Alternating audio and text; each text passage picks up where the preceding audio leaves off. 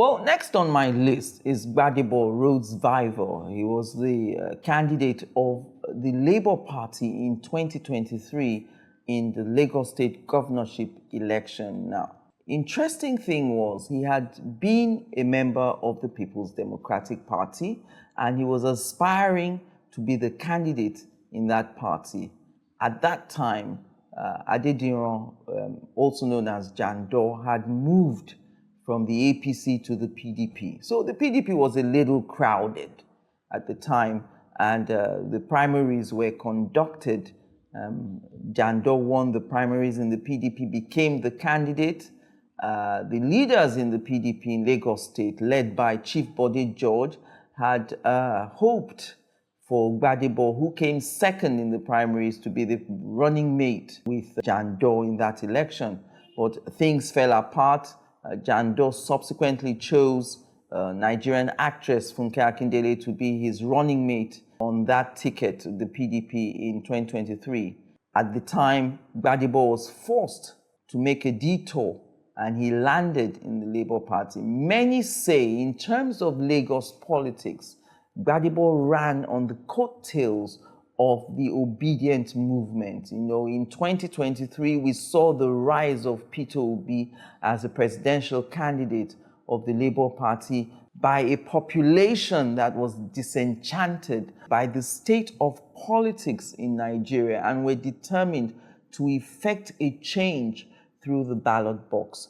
With the death of the Labour Party, so to speak, many think that the wave that Gbadebo Rhodes Vivour rode on the coattails of the Labour Party and Peter Obi as the presidential candidate in 2023 is gone.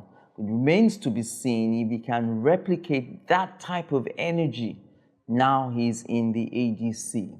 And to those who think that he's a greenhorn in politics, he wasn't actually a greenhorn.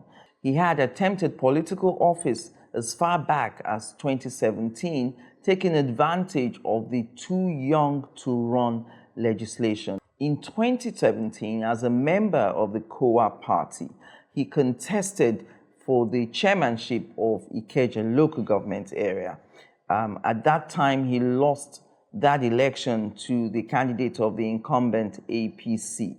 And then in 2019, he contested for the Senate seat to represent Lagos West, but that was under the People's Democratic Party, PDP.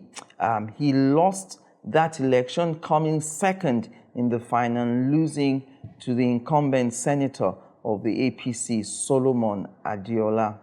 Adiola had scored 41.38% of the votes, while Gbadebo had 39.40% of the votes. He contested that election in court, citing electoral violence and disruptions, etc.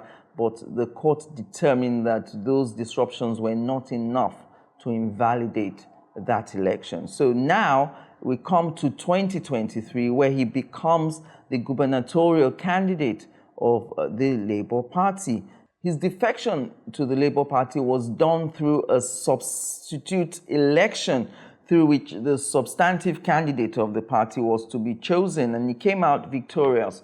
He scored 111 votes in that primary.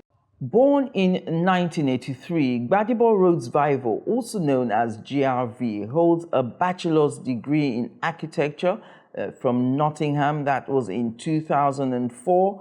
Followed by a master's degree in architecture from the Massachusetts Institute of Technology, MIT. Lots of experience in the private sector, has consulted for many state governments in Nigeria, the Delta State government, Enugu State government, and so on, done a lot of private practice, but now he's focused on delivering the goods, he says, to the people who live in Lagos State. Gbadebo says governance isn't rocket science and that more could be done for the people of Lagos State. He thinks that the current governance system operating in Lagos State favors only a few and doesn't favor the entire residents of Lagos State. That is something he hopes to change. So, will Gbadebo Rhodes Vivour be the next governor of Lagos State in 2027.